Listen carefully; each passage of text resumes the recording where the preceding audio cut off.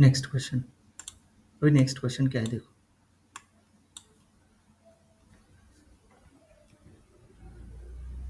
Next question है अभी देखो, let alpha and beta be the roots of the equation p x square plus Q x minus are equal to zero, where p not equal to zero, where p and q, p q and r three consecutive terms of non constant GP, मतलब geometric progression, and one by alpha plus one by beta equal to three by four, then find the value of alpha plus sorry alpha minus beta whole square. Alpha और beta किसके root है? ये quadratic equation है, P not equal to zero. Okay, अब इसका solution देखते हैं कैसे। देखो, ये गिवन दिया equation, alpha minus beta whole square निकाला है। देखो यहाँ पे let the given X quadratic equation be P x square plus Q x minus are equal to zero. Alpha beta are the roots of the equation है, तो उसका sum मतलब alpha plus beta that is minus Q upon P. यहाँ पे P है ना, P x square, and product कितना हो जाएगा? यहाँ पे आर है तो सी बाई होते हैं, तो माइनस आर बाई क्यू, है ना। ये हमेशा याद रखना, ए एक्स स्क्वायर प्लस,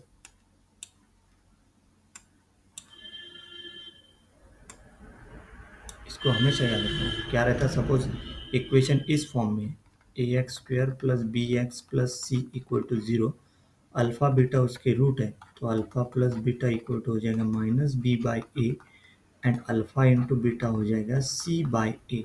तो ये ए बी सी की वैल्यू ये रहेंगे, उस हिसाब से निकालेंगे। ओके, देखो अभी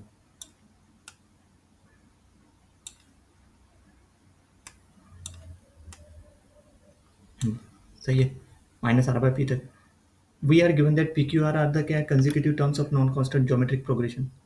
Let the common ratio of this geometric progression be k. Since GP is not non-constant, k not equal to 1.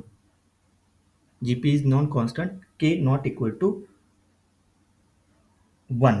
Okay, देखो अभी k not equal to 1 लिया, GP is the common ratio of this GP भी k लिया, and not equal to 1, non-constant k not equal to 1, मतलब ये given है ना, non constant GP दी है वहाँ पे, गिवन एग्जांपल में दिया है, दैट इज इक्वल टू के, के नॉट इक्वल टू यहाँ पे 1 ली। From the properties of the GP we can write q equal to P के and are equal to P के स्क्वायर, है ना। Properties of geometric progression, q equal to P के and are equal to P के square, मतलब q जो ये Q बीच वाला दैट इज इक्वल टू क्या हो जाएगा, ये पी के, मतलब इसको है ना sum alpha plus beta equal to मतलब माइनस के लिए, तो वो पी के हो जाएगा, और आर इंटू पी के स्क्वायर, मतलब आर क्या यहाँ से, है ना। तो आर इक्वल टू ये निगेटिव इधर गया माइनस अल्फा बीटा, और उसको मल्टीप्लाई बाय पी कर दिया, तो पी के स्क्वायर हो जाएगा, है ना। मतलब उस हिसाब से उसको सॉल्व किया। Now substitute this expression for P and Q into the formula, मतलब उसको उस फॉर्मूला दैट इज माइनस के और माइनस के स्क्वायर, है ना। इस दोनों को याद रखना पड़ेगा, Q equal to P K, R equal to P के स्क्वायर, है ना। From the properties of geometric progression that Q equal to P के एंड आर इक्वल टू, क्योंकि पी क्यू आर कह दिया, are consecutive terms of non constant geometric progression, है ना।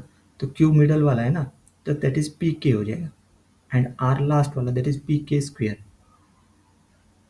Put करने के बाद ये आ गया।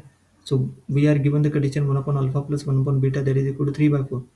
तो देखो अल्फा प्लस बीटा है, तो इसको डिवाइड बाय अल्फा बीटा कर दो, तो देखो यहाँ पे किया है, simplify this expression to find the common denominator, तो this is three by four, है ना। थ्री बाई फोर दिया ना, अल्फा प्लस इसको लिख सकते हैं alpha plus beta alpha into beta, तो minus K square three by four जो निकाल चुके।